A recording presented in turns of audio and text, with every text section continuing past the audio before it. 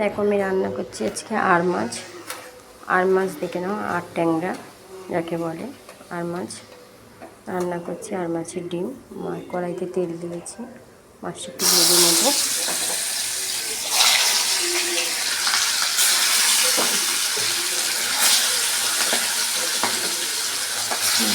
ভাজতে দিয়েছি।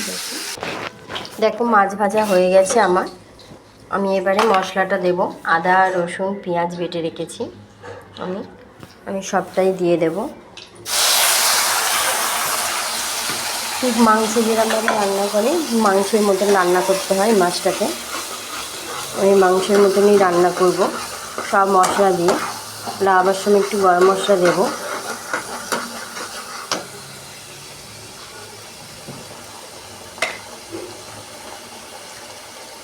একটু হলুদ গুঁড়ো দিলাম,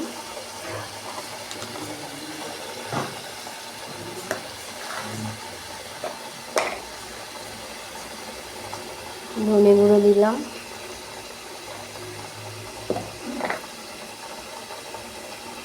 লঙ্কার গুঁড়ো দিলাম,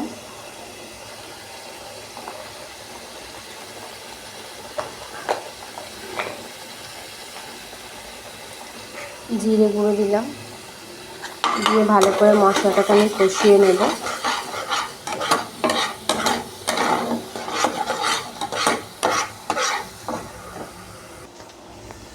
একটু নুন দেবো আর মিষ্টি দেব, একটু চিনি দেবো আমি।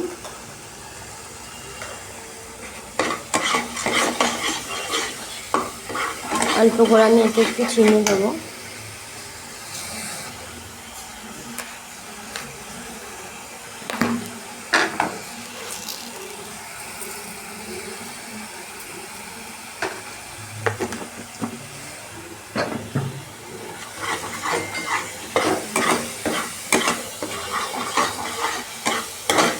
এই মশলা দিয়ে যখন তেল ছাড়বে তখন আমি একটু জল দেবো মশলাটা।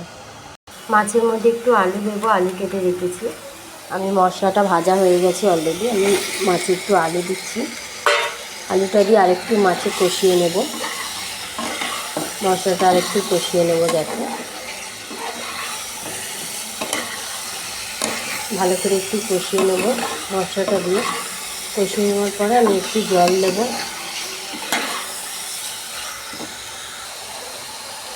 দেখো আমার মশলাটা অলরেডি কষা হয়ে গেছে। আমি একটু জল দেবো মাছেতে।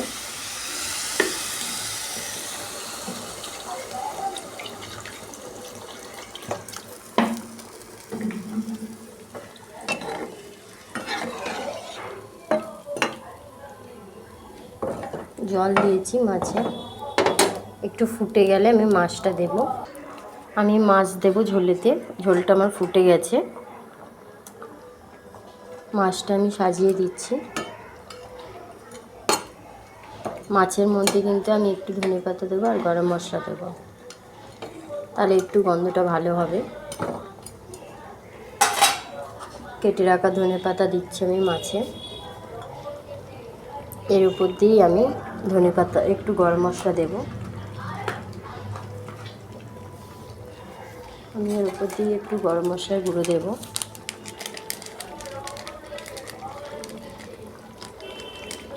গরম মশলা একটু গুঁড়ো দিয়েছি। একটু ভালো করে আমি ঢাকা দিয়ে রাখবো।